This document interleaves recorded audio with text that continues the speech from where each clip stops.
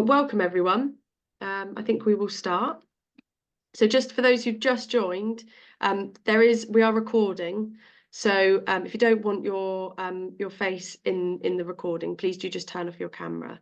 And we'll be putting it on our YouTube channel and sharing it with those who couldn't make it tonight.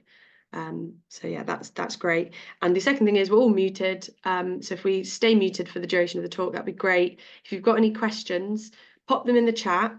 I'll be putting a few links in the chat as well of things that might be interesting for people to look up afterwards.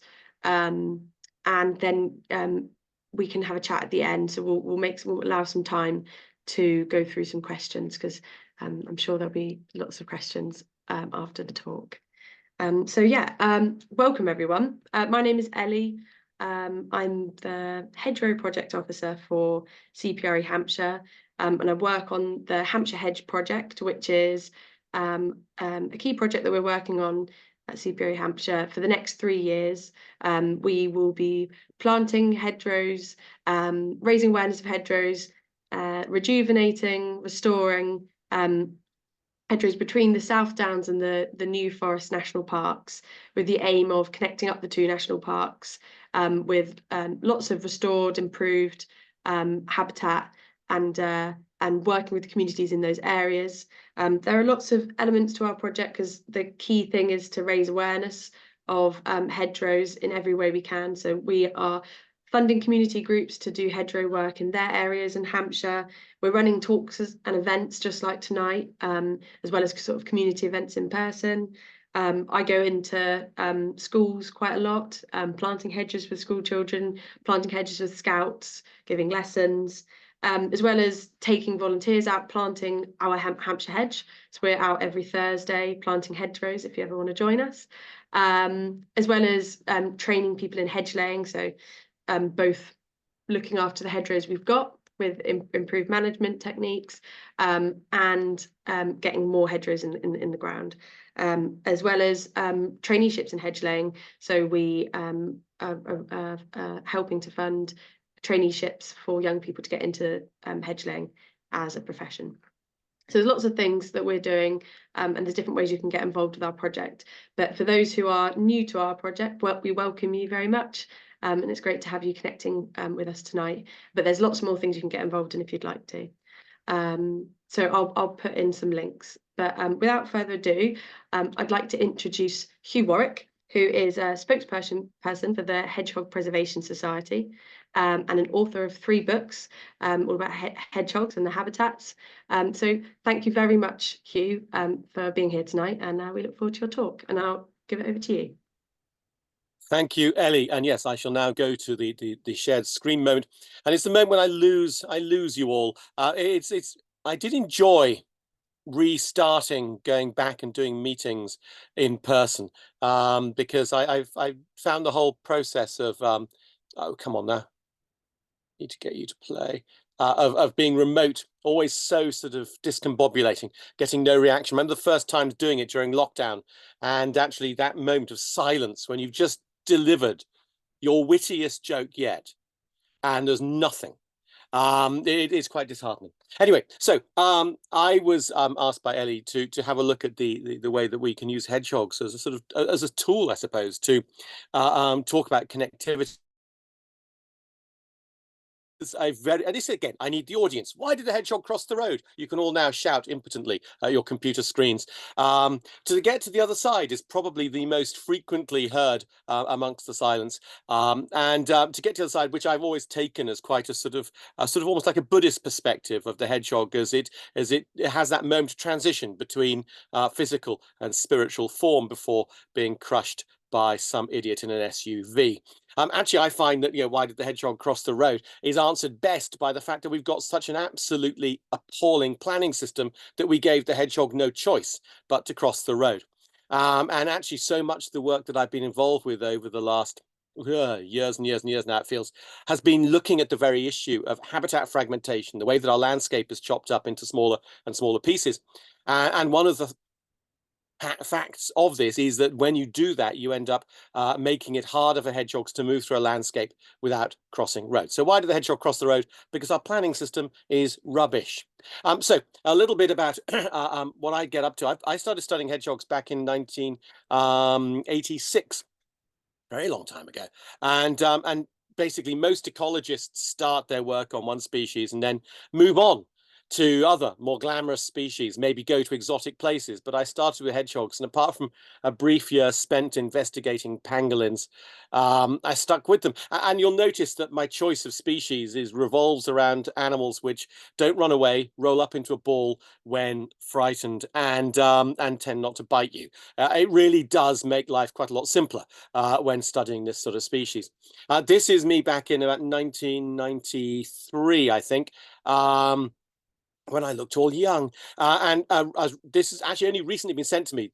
My supervisor at the time was digitizing slides and found this picture, and this is yes, radio tracking hedgehogs in Devon, and it amused me because my wife had just taken this photograph of me, and I realized very little in my life has changed.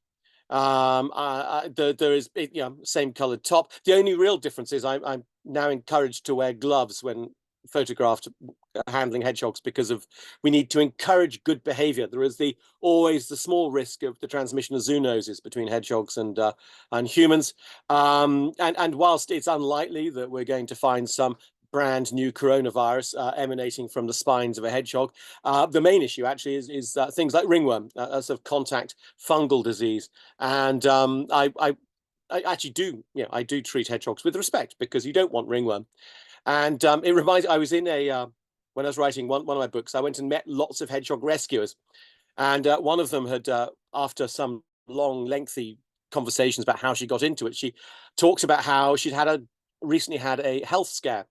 And she'd discovered a strange growth on her nose, and she was worried that it might be skin cancer. Went to the doctors. The doctor said, no, definitely not cancer. But how did you get ringworm on your nose? It's a contact disease. It's not going to get there through the wind. It can only come from contact. And eventually, it took her some time to admit that she used to kiss all of her hedgehogs in a hedgehog hospital goodnight. And so I suppose if you learn nothing from this evening's talk, it'll be no snogging hedgehogs. That may not be the most useful thing from this talk, but it'll keep you safe. So yes, I have written 3 books. The first book I wrote, A Prickly Affair, was a bit of an accident.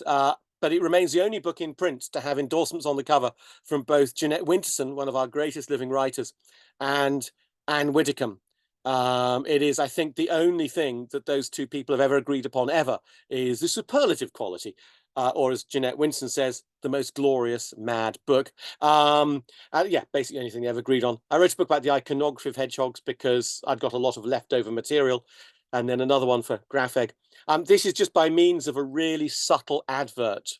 It's not long till Christmas. Get them while you can. If we were in person, I'd have a box and you could get them signed and everything. Now this is just in case any of you had seen the most recent issue of BBC Gardener's World magazine. I thought this was quite a timely thing to see, because the hedgehogs are very popular. They sell well. You put them on the front cover of a magazine. The BBC Wildlife magazine, for example, knows if you have a hedgehog story and you put it on the cover, you sell more copies because people are attracted to the hedgehog.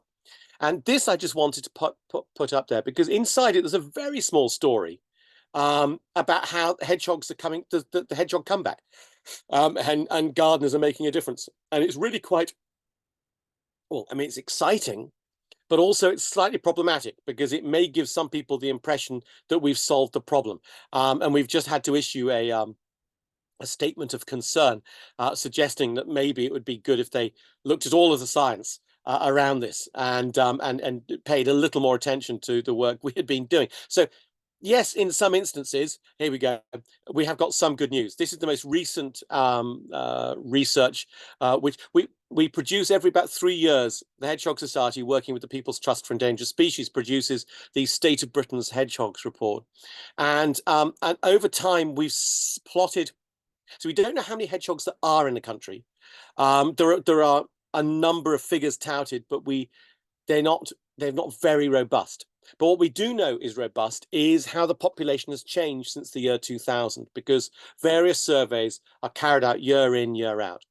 And so we know that since the year 2000, we've had an urban population decline of about 25%. However, that shows signs of having leveled off, which is quite exciting. But the rural hedgehog populations, depending on where you are in the country, are down between 30 and 75%. The Mammal Society produced figures which suggested a 65% decline since the early 1990s. Similar sort of ballpark. And I look at it, I suppose, I mean, I've done a lot of talks in person with audiences. I used to be able to say this quite relaxedly, all much older than me, but now I'm discovering I'm catching up even with the Women's Institute. But audiences who have got a sort of longer perspective. And I collect anecdotal data. And from that, I would argue that we've probably lost around 90% of the hedgehogs in this country since the end of the Second World War. So this is something really, really quite significant and worrying. And also worrying in part because it is the nation's favorite creature. Every time there's a vote or a poll, the hedgehog always wins, which really annoys my ornithologist friends. So we have, that is something, if we're letting this creature disappear, it's really significant. If you look at farmland bird populations, they're down by 60% or so since the 1970s, sort of not massively dissimilar to rural hedgehogs. And amphibians, bats, other mammals, similar sorts of population declines. Obviously, there are some species which have made their home in our rather more monotonous landscape. The generalist species that make hay whilst the pheasants are shot. But that on the whole, a lot of these more specialist species and even generalist species like the hedgehog have suffered dramatic collapses. And one of the main factors affecting hedgehog population decline is habitat fragmentation. This is the A1M in Cambridgeshire, and I just found it quite illustrative. You can see on there where the hedgerows used to run and how the road now crosses between it. If you follow the road along, you'll see hedgerows coming up to the road, and often those hedgerows are now desolate examples, just a few spindly shrubs left on the left-hand side of the road, for example. But these are the paths that are used by hedgehogs, by bats, by all sorts of species. They will use this linear feature within the landscape to be able to move through it. And if they find there is a barrier, they will either try and continue and risk getting killed, or they will simply turn around and come back again. For hedgehogs, that depends on how busy the roads actually are. So we've got these sorts of fragmentation events happening in our landscape, but they happen at different scales. This is about 50 meters that way. It's a canalized brook which runs at the end of the cul-de-sac I live on, and it's a perfect pitfall trap for hedgehogs. Once a hedgehog is in here, there is no way it's going to get out. I've rescued 4 over the last 20 or so years. So this is just something which would probably not even you wouldn't pay attention to. There is, as you can see, a small footpath at the top of the picture, but that is the beginning of what is known as poo path by all of the school children who use it, because it's where a lot of dogs end up going. So the hedgehog is going to use the garden. In fact, it's Tracy's garden just beside this wall, and fall into this and eventually die.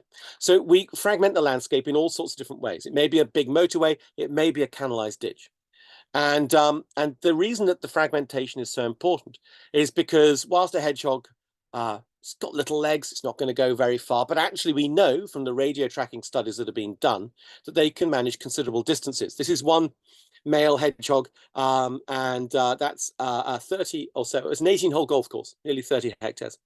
And it manages to cover an entire golf course over 12 nights. And you see that this is quite, these are significant differences being traveled. And frequently, I found hedgehogs walking 2 kilometers a night. In fact, my friend Nigel, who did this work, worked out that on average, males moved 2 kilometers a night, females moved 1 kilometer a night. Females had about a 10-hectare home range, and that males had about a 30-hectare home range. Now, they don't have territories that they defend, like some species, but they have home ranges which they somewhat grumpily share. So this gives an indication of sorts of distances that they need to be able to thrive. And so you begin to start comparing that with our suburban environment, for example, which is the best sort of habitat for hedgehogs we've got at the moment. And this is a fascinating piece of work done using GPS tags in Brighton. A housing estate in Brighton, you can get an idea from that image, the sorts of scale of things here. And you'll just watch the dots. You can see the males tend to move further. So you'll see the red one, for example, doing quite considerable dances. So dawn comes, they all stop. They spend the days in people's gardens. And then 8 o'clock at night, fascinating. You find this, come to 8 o'clock at night, pretty much on the dot, they all start moving. And when you go back to the question at the beginning of this talk, why did the hedgehog cross the road? I think you'll see why, is because we built all these roads across where the hedgehogs want to be able to move. If the hedgehogs were able to get between all of those gardens without crossing roads, then that would increase their chance of survival. And they would be able to do what they need to do. They need to use different gardens, because your garden may well have a fantastic compost heap, but your neighbour's garden's got a nice wildlife pond, and their neighbour's garden is full of brambles, and the garden beyond that's got a really good log pile, and the garden beyond that's where a female likes to hang out. And so you're unlikely to meet all of the needs of a number of hedgehogs in just one space. They need to move between them, and they will tend to do so. What we ended up doing was running through the numbers about how far hedgehogs need to move to work out a minimum viable population analysis. This is just an idea of the number of hedgehogs you need in a starting population and the size of land they need to be able to thrive. And we found that in suburbia environment like this, which I say turns out to be pretty good for hedgehogs, that they need a starting population of around 30 hectares. But what they need is a 30 individuals, a 90 hectare unfragmented patch of landscape. And that suddenly begins to give you that indication of the problems we face. Where do we have in suburbia, which is best part of a square kilometre, without a busy road running through it, without a canal running through it, without a river running through it, without heavy fencing running through it? All of these things interfere with the ability of hedgehogs to be able to form a population which can then carry on and thrive. So that sort of information was the starting point for me thinking about the work I've been doing more recently. I then went and wrote a book called The Beauty and the Beast, where I went and met lots of different people a bit like me. And again, many of the problems that these people with their species, so I had an owl expert and a moth expert, an otter expert, those things. They were trying to convince me which animal I should have tattooed on my leg next to the hedgehog. It was all part of my midlife crisis. And but what I found many of the people, well, most of the people talked about, was that one of the biggest threats that their species faced was that their animals were finding a landscape chopped up in different ways. The dolphin experts were finding their landscape was chopped up by the ships, and obviously badgers chopped up by roads, but even birds having their landscapes chopped up into smaller and smaller pieces too. So this was the beginning of thinking, okay, this is something which I could do with digging into a little bit more. So I wrote a proposal, sent it off to my agent. I said, I'd like to write a book called The Natural History of Anthropogenic Linear Features. And my agent said no. So we spent some time discussing this and eventually took it to the publishers, and they said they liked the idea of the book, but not that title. And so then my mate Robin came up with the word linescapes, which for which I am eternally grateful. And this was an exploration into the well, as I said, remapping and reconnecting Britain's fragmented wildlife, looking at the linear. Actually, I'll go. Sorry, the natural history of anthropogenic linear features says what it's about. The way that the man-made, the human-made linear features, the lines we've created in the landscape, can affect the nature. And in some instances, these linear features are agents of connectivity, and in some instances, they are agents of fragmentation. And I thought it was going to be quite simple. There'd be a lot of really good lines, hedgerows and things like that, and bad lines like roads. But it turned out not to be quite as simple as that. So I very quickly skimmed through some of the bits and pieces from the book, which I sort of well, which I delved into, and I did have a lot of fun traveling around the place, meeting experts, going up to Dartmoor.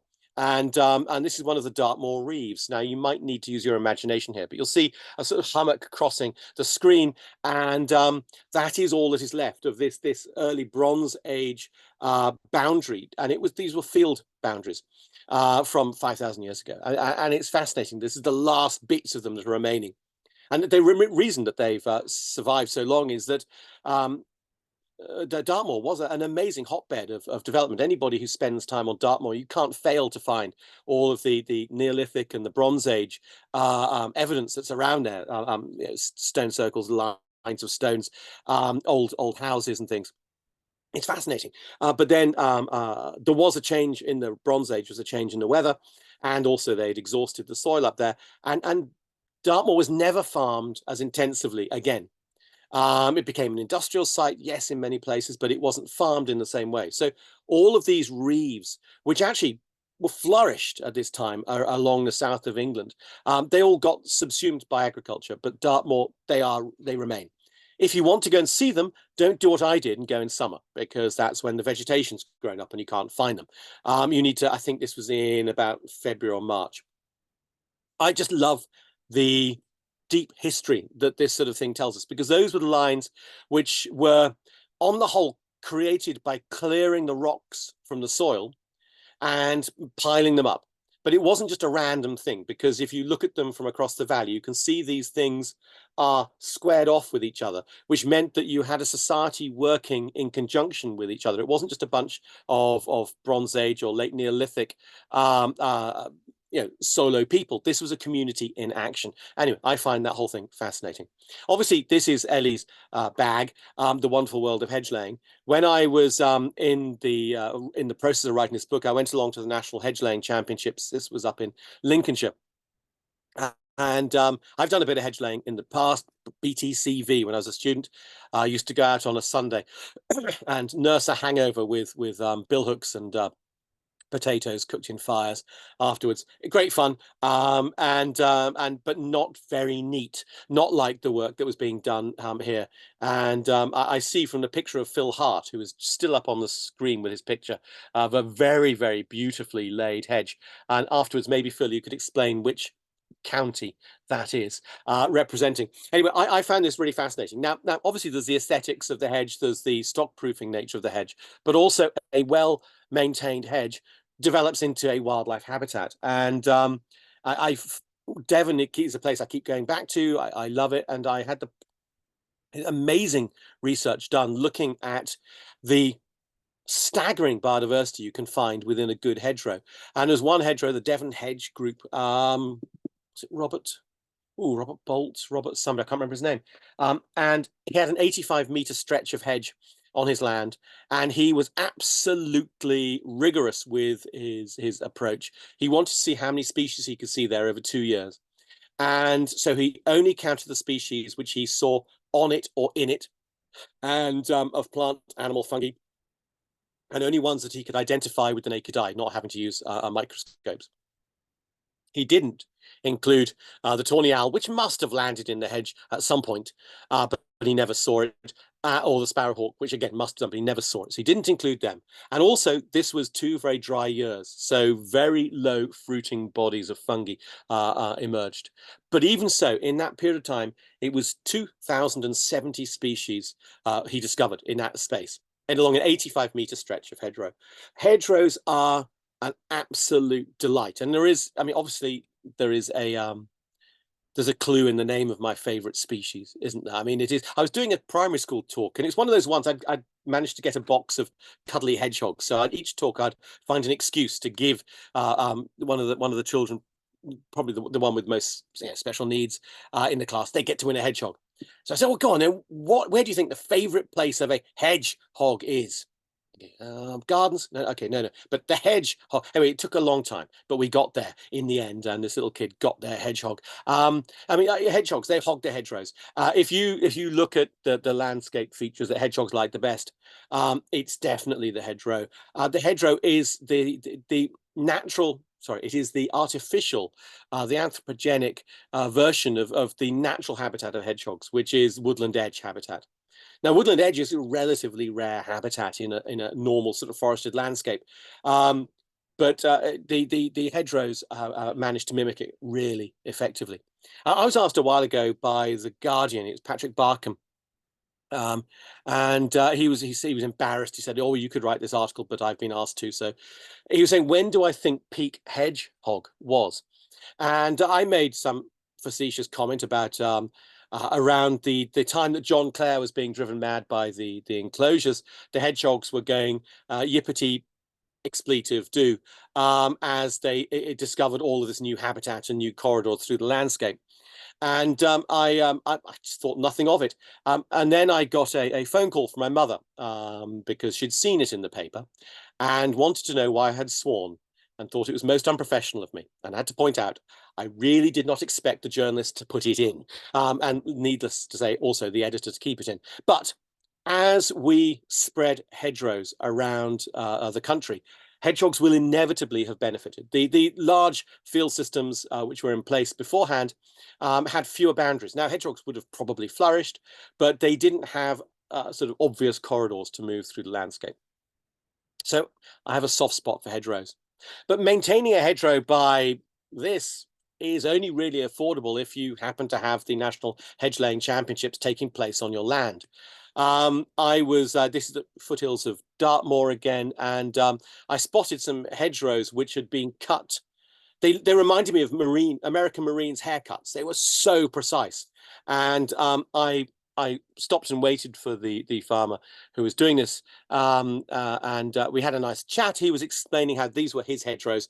And as he's also a contractor, he uses them as his sort of calling card. And he gave me and I'm just actually right off the top of my head forgotten the numbers, but actually they will have changed enormously.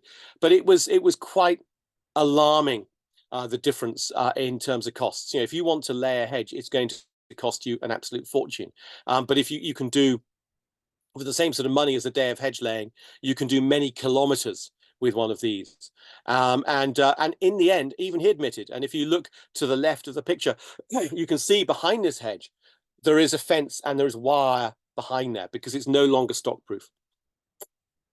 Now, I mean, he cuts them really cleanly. He says this is because it reduces the chance of disease. He keeps his blades very sharp. So he thinks his hedgerows are particularly robust for this sort of thing. But many hedgerows are like this.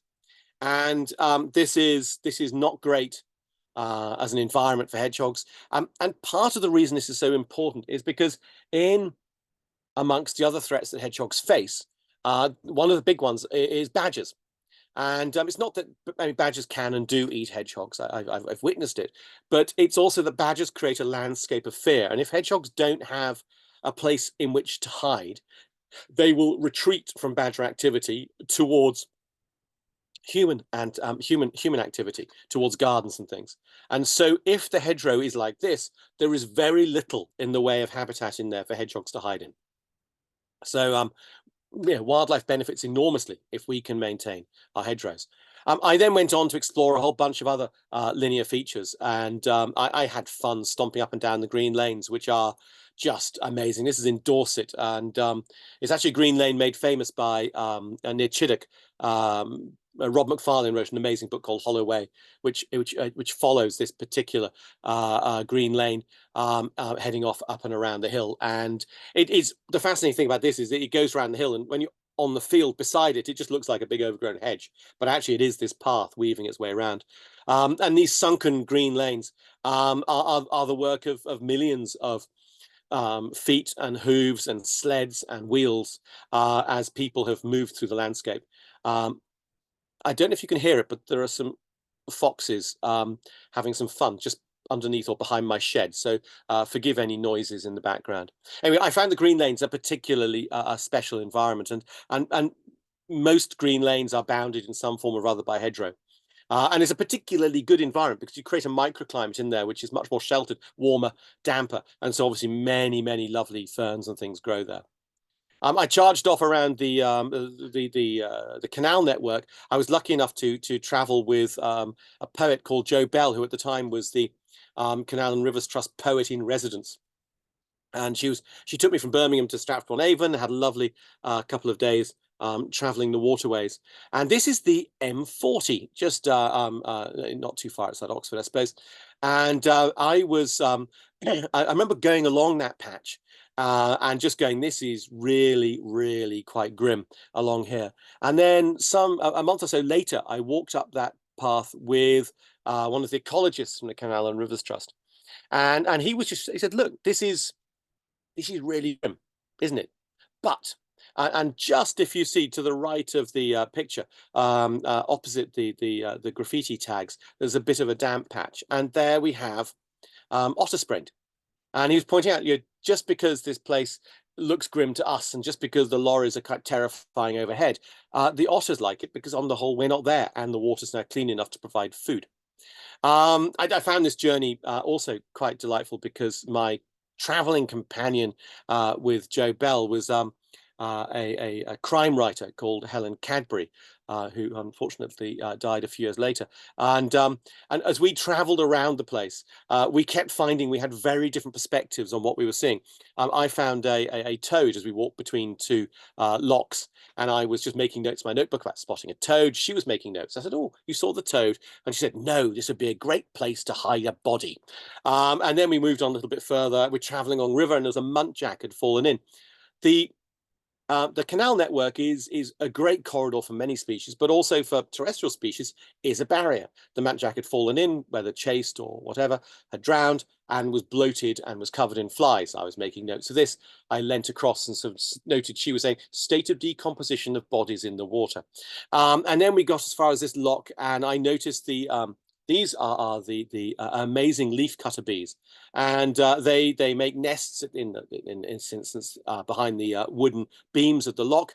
And I was just, she must be excited by this, I saw as she was writing notes. And it turned out she was investigating, in her mind, the potential of the lock mechanism to be designed as a booby trap and a murder weapon. So it is amazing the different perspectives you'll have on this sort of journey as you travel through it. One of the things I did notice was molehills, and it was a mole, and you can tell the age of molehills as you get a line of molehills. If it's a fairly straight line, it's probably a male looking for a female, and it was heading towards the canal, and it was sort of they're getting fresher and fresher and fresher as they got towards the canal, and then they sort of turned left, and then we're going along the canal, and I just had in mind this mole was sort of banging its head again every time, trying to get that way, but simply couldn't. So we create a barrier with the canals, even though they are, I say, a potential corridor for many species.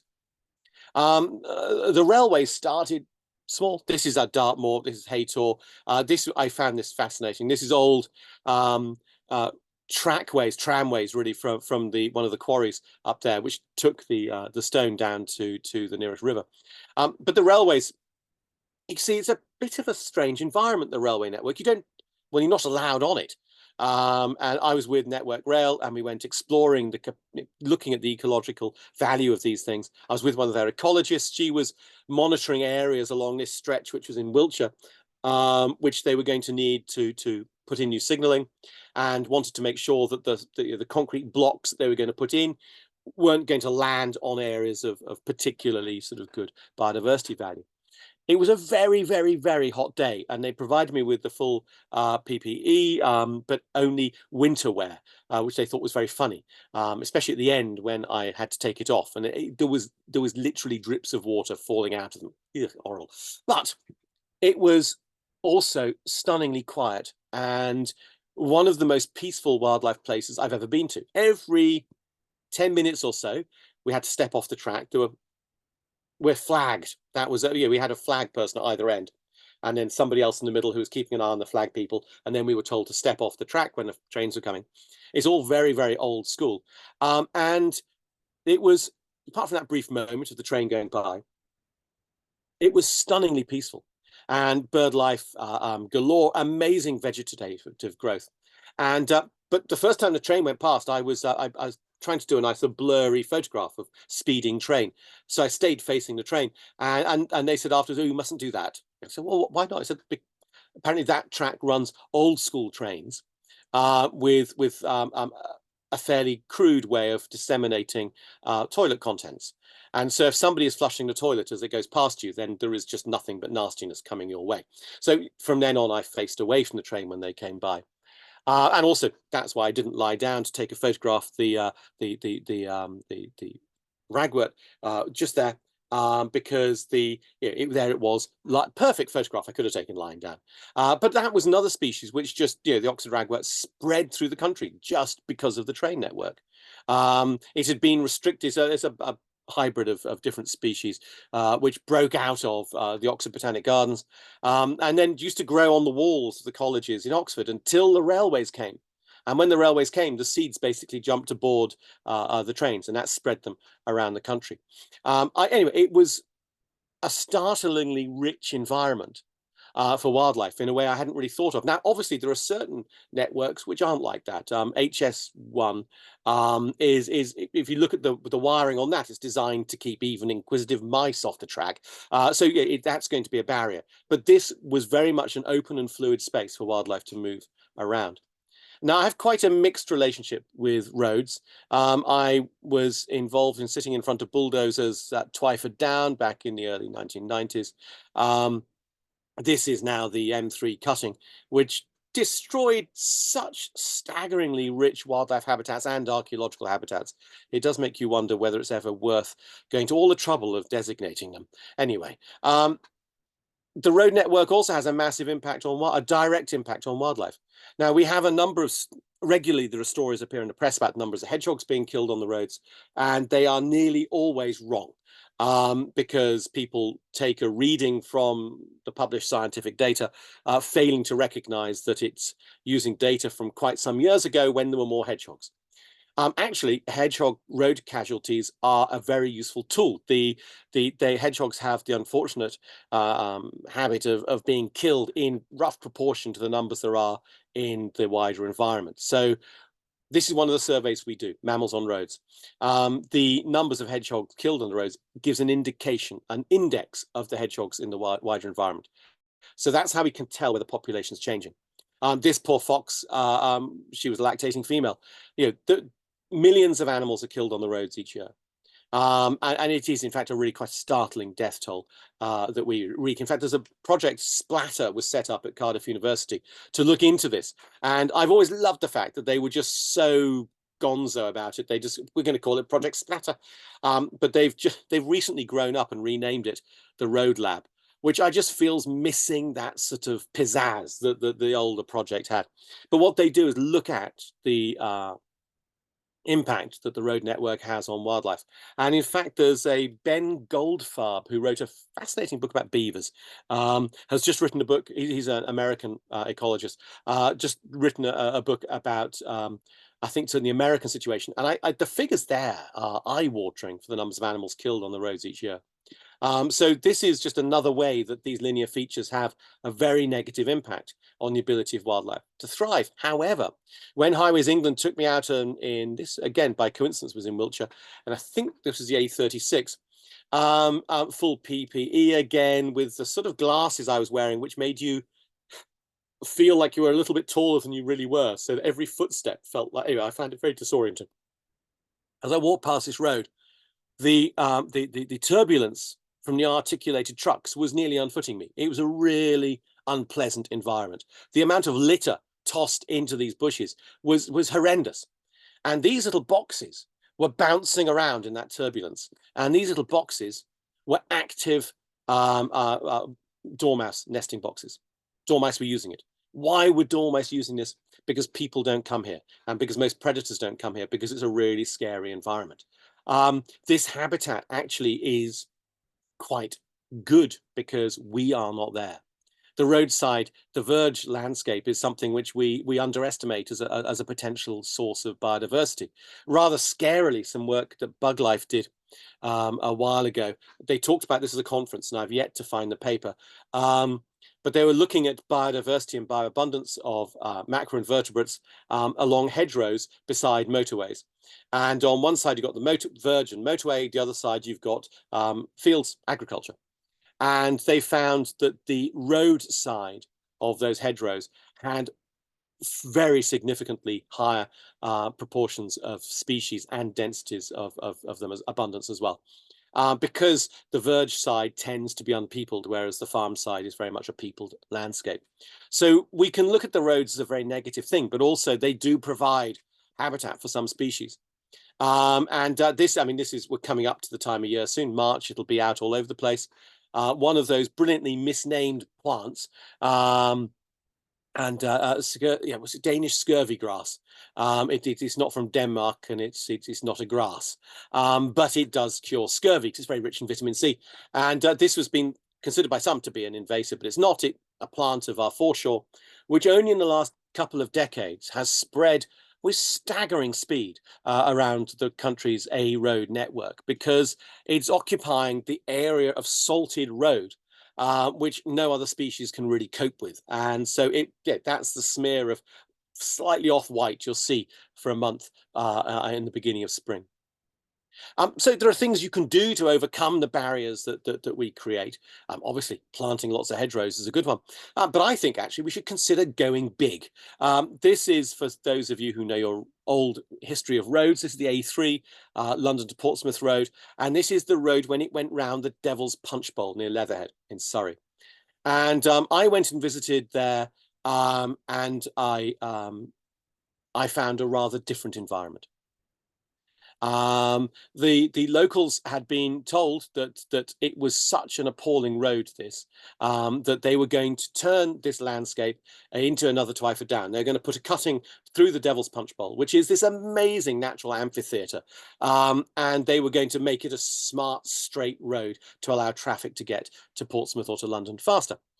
And I don't know whether it's anything to do with the fact that this part of the country probably has a very high density of bankers and lawyers, but they managed to persuade the government and the highways agencies to not do that, but to get rid of the road altogether. And when I went here, I met people who talked of the very first day the road was closed, and how they all got to walk on the road, and how they heard birdsong for the very first time in that area. It's now become a place with probably one of the highest concentrations of golden Labradors and men in red corduroy trousers in the entire country. It is quite and it's also full of wildlife too, obviously. And what they do, they built tunnels. Now, we could get distracted by what's going on at Stonehenge, different sort of thing there. This tunnel exercise was one which was hard won and hard fought for. It's 1.8 kilometers long, and at the time it cost £155,000 a meter. So this is quite a lot of money spent to do it. But what it's done is reclaim that habitat into this, and that over time is going to spring up and become a rich environment. And it shows that if we've got the will, we can do things which are good. So I'm just going to whiz us back to hedgehogs. I'm conscious of times, Ellie, so I will whiz through the hedgehog stuff. That's the big scale of stuff, okay? Building tunnels under these things. For the work we do with hedgehogs, we can't really expect to get that much leverage. We don't have enough lawyers or bankers associated with us. But we do have our campaign Hedgehog Streak now, and it's maybe even 13th year. And at the heart of that is breaking down some of the barriers. And all it is you make a CD case size, 13 centimeter across size hole at the bottom of your fence or your wall. And that will enable hedgehogs to get between gardens. It's a simple way of overcoming these sorts of barriers. I should say here, I did this. I drilled the hole. I hated every minute of it. I am not naturally predisposed to power tools. I find them terrifying. Anyway, I did it. Take a stunt hedgehog, check it works. People are doing this all over the country as part of the Hedgehog Streak program. Some people are going for the more cartoonish technique of using an angry hedgehog in a big catapult and firing it at the base of a fence. But my favorite place is a village just north of Oxford called Kirtlington. And there, foothills of the Cotswolds, I've been and talked on a number of occasions to the Kirtlington Wildlife and Conservation Society, the Quacks, and they were very excited about the idea of breaking down the barriers. And so they got a big map of the village, and they worked out the minimum number of holes they were going to need to make to join up the most of the village. And they had to wait for some nasty ingrate in the middle of the village to move on. And then they could join up the pub to the churchyard to people's gardens. And they have done amazing work throughout the place. And it is really, truly fantastic. Now, Chris, who is the sort of key mover of this, I asked him what he was going to do, because his garden is it's about 2.5 feet lower than his neighbours. And he said, oh, I'm going to build a staircase for them. And I thought he was joking, but no, he built a staircase for the hedgehogs. And then on the very first night, and he had been baiting with food either end of it. The very first night, it was complete. He left a trail camera to one side, and a hedgehog came out of the hole in the wall at the top, paused for a moment on the top of the dais before sashaying its way down the staircase. If you build it, they will come. And if you don't believe me, here is a video he sent me from a couple of years later when the vegetation had grown up. If you pay attention, you might spot a design flaw, but you'll also see that the hedgehogs can go up it both forwards and backwards.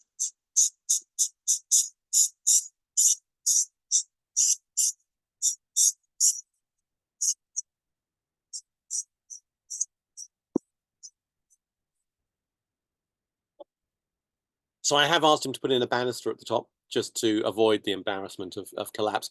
And luckily, hedgehog spines are particularly good shock absorbers. So it was purely the hedgehog's pride that was dented in that particular moment.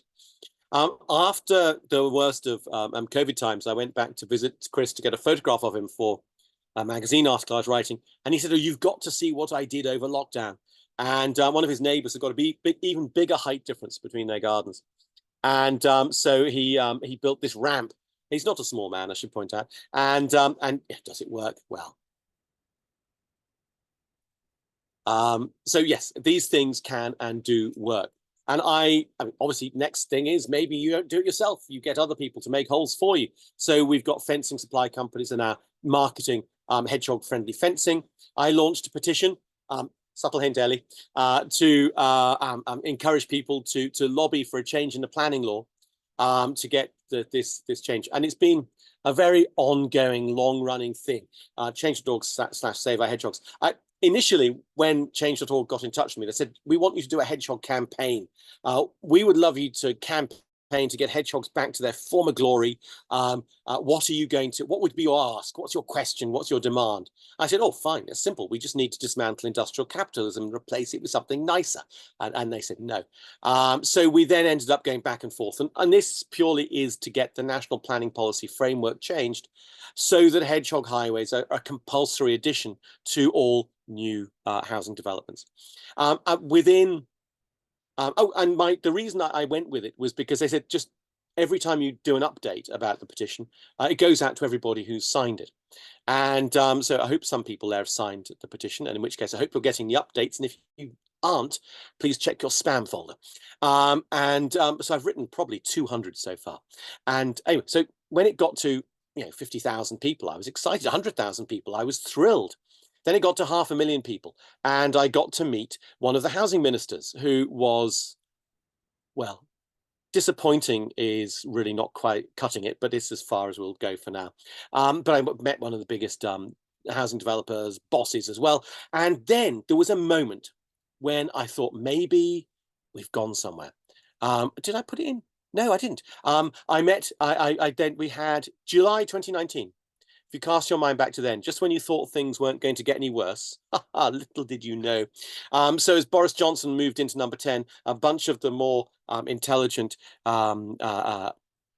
ministers were pushed off, including the then Secretary of State, James Brokenshire.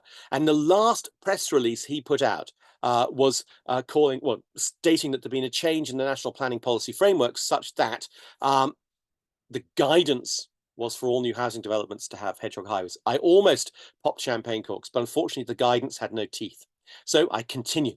I've managed to get a number of developers promising that they're going to do it even without the law change. However, on visits to Bovis Homes and others development sites, I have been disappointed to discover that whilst they have some holes in place, they don't have all the holes in place. And anyway, I have been the grumpy visitor.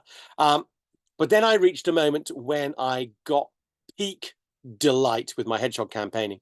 Not only had I got the petition over 1 million signatures, now it's at nearly 1,190,000. Not only that, not only did I get the accolade of being described as the Lorax of hedgehogs, but for about 10 minutes, my daughter was impressed with the work I do. Because you see, the person who tweeted describing me as the Lorax of hedgehogs was Tom Holland. Now, Tom Holland is the amazingly attractive young man who's a very good dancer and is Spider-Man, and who my daughter has a 6-foot cutout cardboard figure of in her, well, did have in her bedroom. So for about 10 minutes, she was one person removed from her dream date. In fact, marriage was definitely on the cards, until I eventually had to break the spell and point out that actually this was the Tom Holland who used to present a history program on Radio 4 and is a hedgehog-loving author and historian. So she went back to despising me, but those 10 minutes were lovely. Anyway, so I've managed to keep that going. There's a Hedgehog Highways Facebook group. If you want to pop up a question about how to get hedgehogs into your garden, that's a good place to start. And I will, I've gone on for so long. And here we go, just the gentle plug for the book. If Rob McFarlane thinks it's quite so good, really, who am I to gainsay him? Anyway, thank you so much for your attention.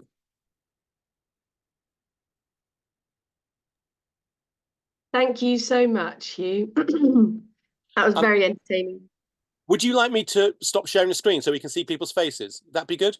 Yeah. I mean, people, because we're recording, people may have their cameras off, but feel free to take that off. And if people want to, I'm happy to leave up a plug for my book. Let's have a look at questions and things. Well, I was going to say, if people want to turn their cameras on and ask questions, okay, yeah, let's get anything to say, please do. But yeah, I was just putting the last of the links into the chat, people to look up if they want to read more. But yeah, thank you so much. That was a wonderful talk, Hugh.